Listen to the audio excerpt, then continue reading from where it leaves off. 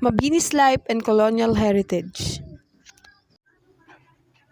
Apolinario Mabini E. Maranan was born on July 23, 1864, at Barangay Talaga, Tanawan City, in the province of Batangas. His family was very poor. His father, Inocencio Leon Mabini, was a peasant farmer, while his mother, Junicia Maranan, worked in a coffee plantation during harvest season. Juan Maranan undertook to teach Cartilla to the oldest of the Mabini's boys. Mabini was not able to study in Tanawan until he was nearly an adolescent. There, he enrolled in the school of Simplicio Abilino and taken partially of his expenses. He worked as a houseboy in the house of the tailor. In the year 1875, he transferred to the school of Father Valerio Malabanan in the same town.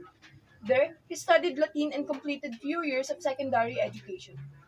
In the year 1881, he enrolled at the Dominican School of San Juan de Letran for his fourth year of secondary education.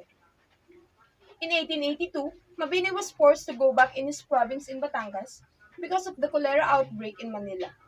His mother died, and Mabini wrote his major work, La Revolucion Filipina, and dedicated it to his mother's memory. Mabini earned his bachelor's degree and official recognition as a professor of Latin on the year 1887. It took Mabini 6 years to complete his law degree in 1894, at the age of 30. Mabini took his examination for licentiate in jurisprudence on March 2, 1894. A week later, he became a member of Colegio de Abogados. Almost every step of the Spanish conquest of the Philippines was bitterly contested.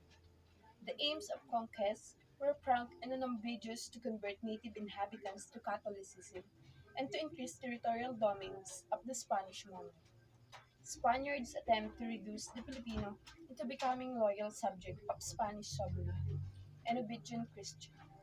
Filipinos keep struggling in keeping their beliefs, tribal identity, relative freedom of movement, and inclination of loyalty to their chiefs. For 3 centuries, Spaniards takes place for the highest office of the Spanish administrative system. This was to be expected, for the natives were assumed to be incompetent in complex matters. According to Mabini, the attempts of lay Spaniards to monopolize the offices in the civil and military administration were paralleled by the Spanish friars to control not only the highest ecclesiastical offices but the best parishes as well. Outer walls had been carefully established around colony, quarantining its inhabitants from neighboring Oriental cultures and the radical doctrines spreading throughout Europe, but crumbled soon. The inner wall put up by the Spanish colonial and ecclesiastical authorities around them. Further consequences also be weakened.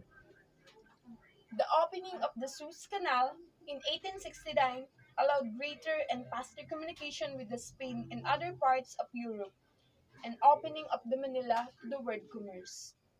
Commercial penetration of the country brought about greater influx of inhabitants to Manila from abroad, resulted that the lives of the Filipinos sheltered by the shadows of its tallest edifices became exposed to the outside influence were due, according to Mabini.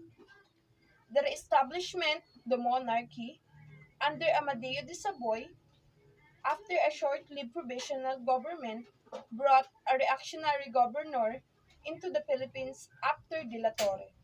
But it would be very difficult to disciple the expectation generated previously by De La Torre. Among both the Spanish liberals and sympathizing Filipinos in the colony, the Spanish Constitution of 1876 was realistic compromise and in effect recognized the existence of such aspiration. Spain did not possess essential economic structure to make republicans institution valuable all over the entire country. The fact that the republic fell in 1874. In the end of the few centuries of the Inquisition, some Spaniards began to leave the country for education in other European universities. By the beginning of 19th century, Julian Sanz del Rio returned to Spain after being exposed to the secular education of Germany, bringing back ideas, relatively novel Spain.